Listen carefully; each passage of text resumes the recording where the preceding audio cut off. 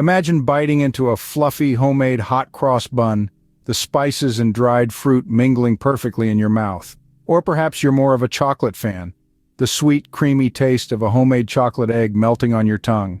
Maybe you're a traditionalist, the rich, moist taste of a homemade Simnel cake taking you back to childhood Easters.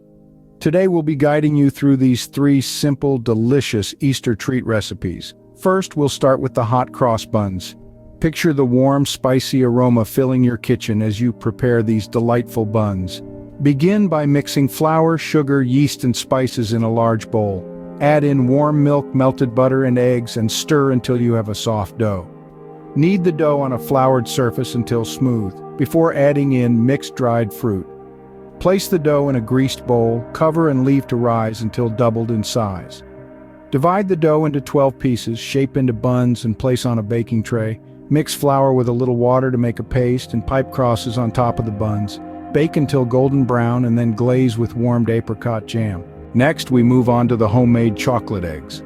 Imagine the joy of creating your very own Easter chocolates. Start by melting your favorite chocolate in a heat-proof bowl over simmering water. Once melted, use a pastry brush to coat the insides of egg-shaped molds with the chocolate, then place in the fridge to set. Repeat this process 2 more times to ensure a sturdy shell. Once set, gently remove the chocolate from the molds. Fill 1/2 of the eggs with your choice of sweets or mini chocolates, and then use a little more melted chocolate to stick the 2 halves together. Return to the fridge to set completely. Lastly, we'll tackle the Simnel cake, a moist fruit cake topped with marzipan. Begin by creaming together butter and sugar until light and fluffy. Gradually add eggs one at a time, mixing well after each addition.